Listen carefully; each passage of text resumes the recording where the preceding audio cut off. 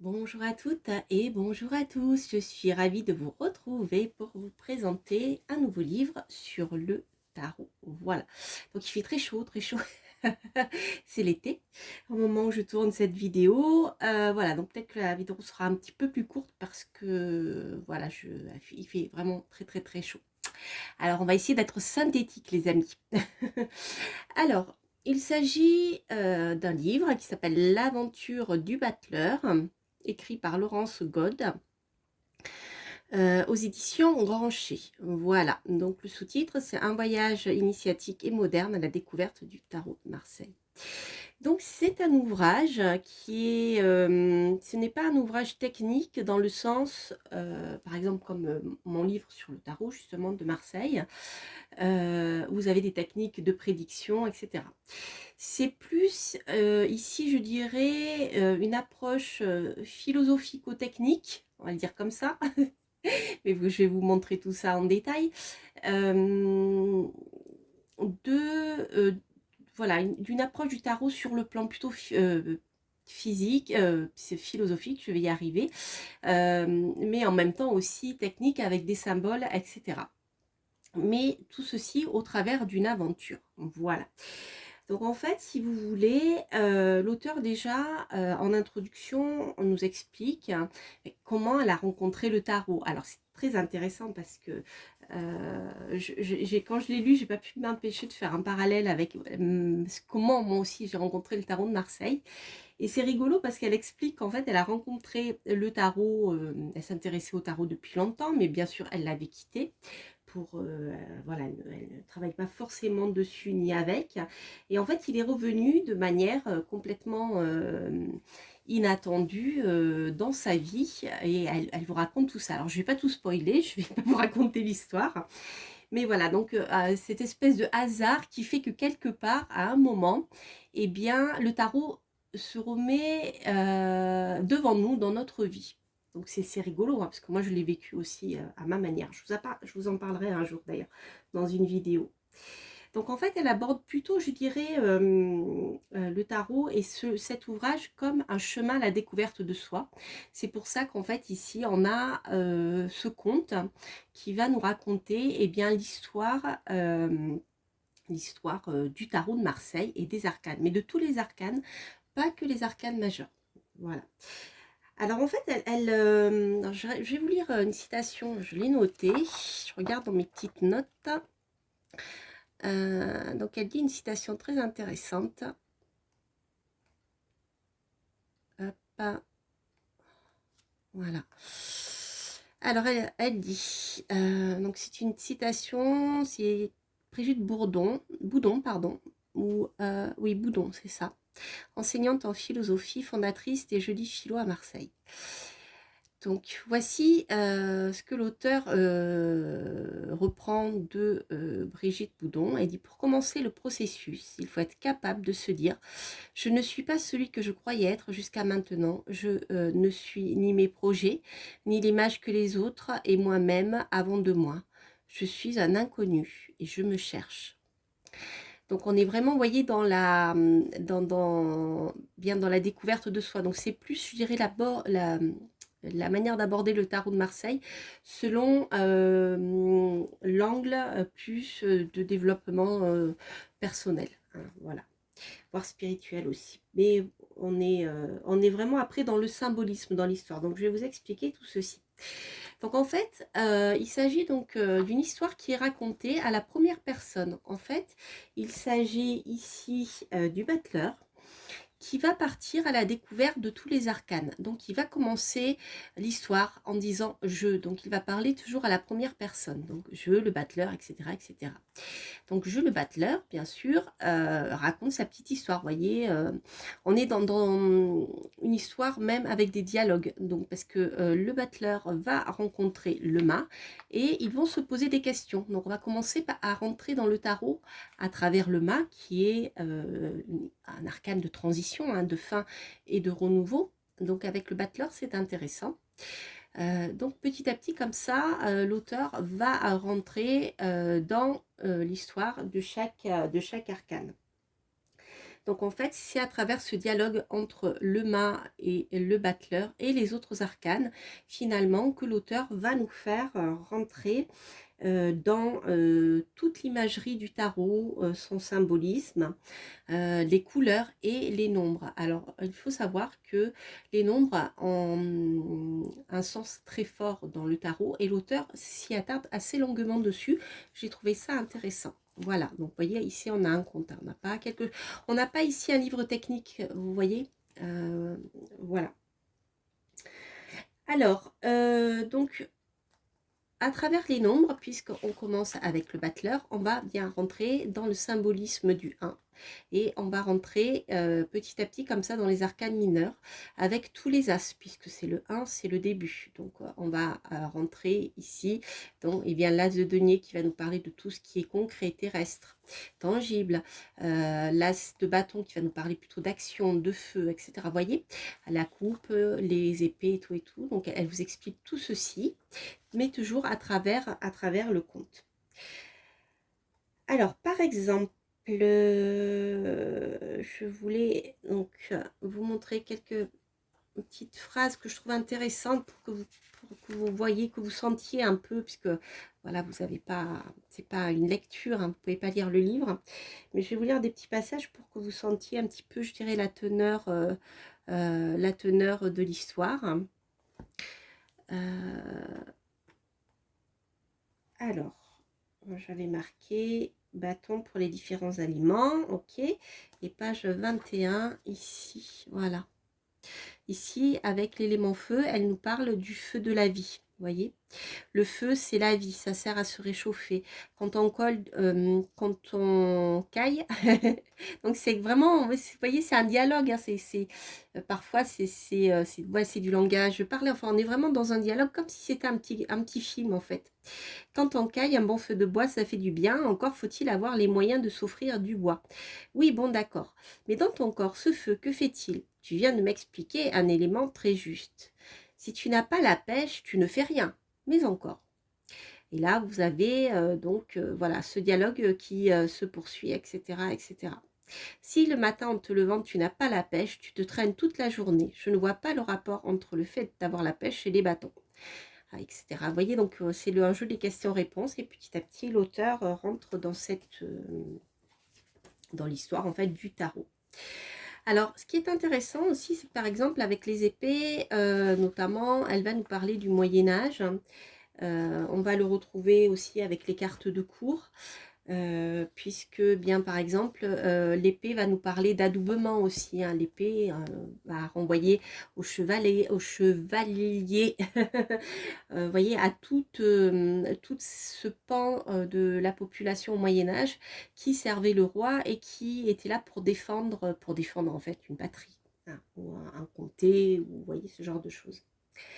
Donc voilà, il y a un lien quand même qui est très fort ici avec l'histoire, forcément, hein, puisque dans le visuel, on retrouve tout ceci. Hein.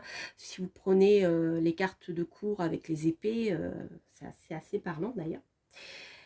Voilà, donc aussi, donc elle nous fait un parallèle ici entre l'as d'épée et bien sûr l'épée que l'on retrouve dans l'arcane de la justice, hein, puisque c'est quand même important, hein, symboliquement. Donc ainsi de suite, vous allez retrouver ensuite bien, le rencontre avec la papesse, qui doit être par là, voilà. Et là, rebelote, hop, c'est parti. On a le jeu des questions-réponses, avec ce coup-ci, pareil, bien, notre battleur, qui va discuter avec la papesse, et ensuite on va rentrer dans tous les deux, donc de deniers, de bâtons, etc. et toute la symbolique du 2. Voilà. Alors ensuite, donc c'est la même chose comme ça sur le plan numérologique, puisqu'ensuite, voilà, avec l'impératrice, on a le 3, donc ici on a le principe d'évolution.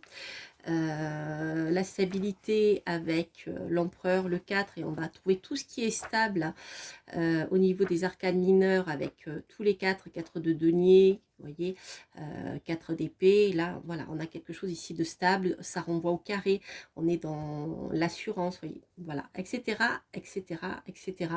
Donc, toute la symbolique du tarot ici sur le plan numérologique. Alors, ce qui est intéressant, c'est que ici, par exemple, à la fin,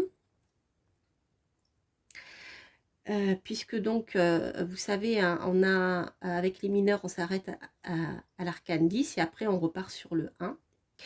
Et elle nous parle, l'auteur va nous parler ici des maîtres nombres. Donc vous avez un petit aparté lorsque vous arrivez au 10. Voilà, et là on va rentrer dans les fameux maîtres nombres avec le 11, le 22 et le 33. Donc alors, le 11 et le 22, on le retrouve dans le tarot de Marseille parce que dans certains tarots de Marseille, le mât est associé au 22, le fou, hein. Parfois c'est 0, parfois c'est 22. Le 33, donc on ne le retrouve pas puisque il est plutôt voilà, souvent rattaché au 6, même si ça reste un maître nombre. Et ici, ce qui est intéressant, donc on a aussi le 11. Et le 11, rappelez-vous, dans le tarot de Marseille, il s'agit de la force.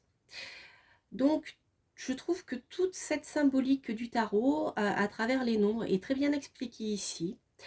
Et moi, c'est quelque chose qui personnellement me parle beaucoup plus que le Rider-Waite, pour la bonne et simple raison, justement, que la justice et l'arcane sans nom et la force ont été inversés et que du coup tout le sens numérologique est perdu. Voilà, parce que je ne vais pas vous expliquer tout ça maintenant, mais bon, l'auteur, voilà, si ça vous intéresse, mais bien en parallèle justement cette numérologie, par exemple la justice et les 8, hein, le 8 c'est le 2 x 4, c'est l'équilibre, hein, voilà.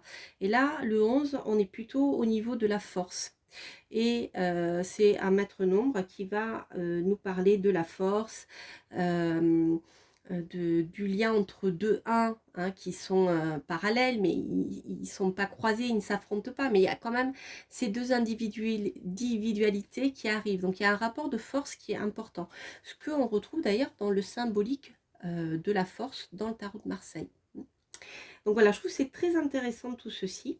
Alors ensuite, hein, on arrive, une fois avoir passé les 10, on va arriver aux cartes de cour. Donc elle appelle les honneurs, avec une symbolique ici du cavalier qui arrive à la fin. Donc ça, il y a un certain parti pris chez les tarologues pour placer le cavalier à cet endroit-là. Moi, c'est quelque chose sur lequel je ne me suis pas interrogée. Donc, voilà, je vous laisserai vous faire votre avis propre avec le livre, s'il vous intéresse. Donc, c'est intéressant parce qu'elle va décrire, eh bien, voilà, tous ces personnages à travers les différentes couleurs. Donc, et puis, le jeu des regards aussi qu'il y a entre eux. Voilà, donc comme le cavalier ici a été mis à la fin, il y a voilà, tout un jeu de regard qui peut être intéressant. Voilà. Ensuite, eh bien, on va terminer ici par l'arcane son nom ensuite. Et on a, une fois qu'on a terminé avec les cartes du cours, on retrouve eh ben, la fin de nos arcanes majeurs, hein, jusqu'au monde au 21. Voilà, et ce coup-ci, bien sûr, sont parallèles avec les arcanes mineurs. Voilà, voilà pour un aperçu du contenu de ce livre, ce que vous pouvez y trouver. Alors moi personnellement, ce que j'ai aimé, eh bien c'est cette technique de conte qui finalement est une autre manière d'aborder le tarot, mais ce coup-ci à travers une histoire complètement inventée par l'auteur, mais qui s'appuie bien sûr sur bien je dirais la logique du tarot de Marseille, mais c'est vraiment une autre manière de voir les choses, hein, et c'est à travers vraiment ses ressentis personnels, sa sensibilité. Voilà.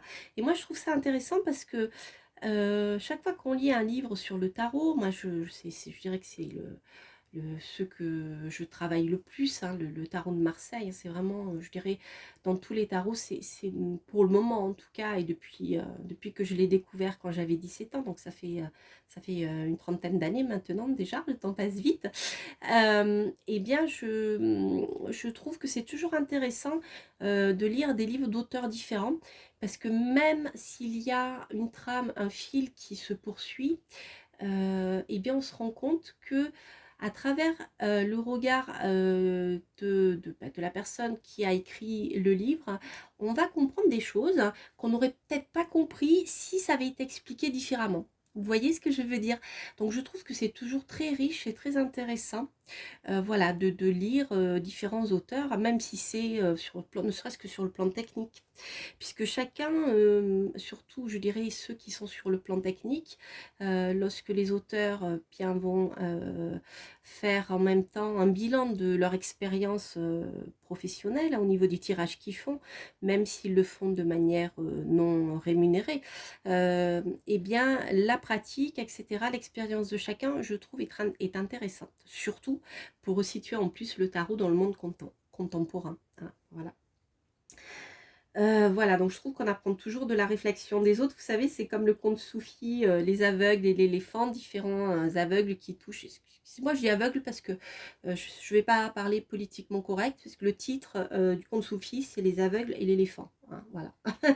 Je suis désolée, mais voilà, je ne vais pas modifier les contes derviches. Voilà, donc ça s'appelle, si vous êtes intéressé, vous trouvez sur les contes derviches d'Idriss Shah, vous allez trouver un conte qui s'appelle Les aveugles et l'éléphant. Voilà.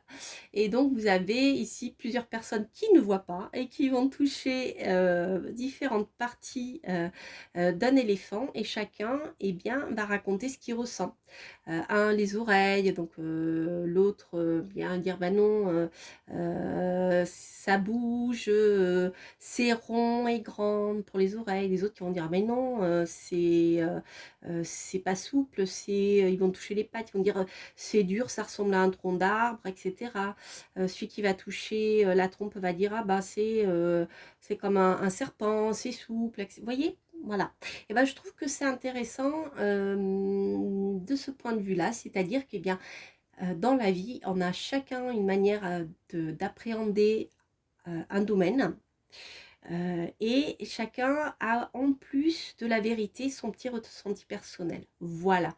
Donc, moi, je trouve ça super intéressant, et je trouve que ce livre fait partie, voilà, des approches de la lecture du tarot qui donnent à réfléchir et qui apportent toujours son grain de sel ou sa pierre à la compréhension de la vérité qui est plus grande que celle qu'on peut percevoir, nous, en tant qu'être humain. Voilà, voilà les amis. Écoutez, j'espère que cette review vous aura plu. Donc, il s'agit de l'aventure du Battleur, un voyage initiatique et moderne à la découverte du Tarot de Marseille par Lauros God aux éditions Grancher. Voilà, voilà, je vous embrasse, je vous souhaite de très bonnes vacances. N'hésitez pas à liker, à vous abonner si vous passez par là, et bien sûr à commenter si vous aimez ce type de livre. Voilà, donc en ce moment, j'ai pas beaucoup de temps pour vous répondre. Je le fais au compte-gouttes. Donc, si je vous ai pas répondu depuis plusieurs mois, c'est que je n'ai pas pu. Donc, j'ai pas eu le temps de rattraper mon retard. Mais je vous lis tout le temps et je vous remercie vraiment pour votre fidélité. Et voilà, donc sachez que je vous lis. Et quand je peux le faire, je vous réponds. Si je ne le fais pas, surtout ne vous vexez pas. C'est simplement que je n'ai pas eu le temps. Voilà. Donc j'en profite pour passer un petit coucou, vous remercier bien, voilà, de vos gentils commentaires, et je vous embrasse et je vous dis à très bientôt pour de prochaines aventures. Portez-vous bien. Bye bye.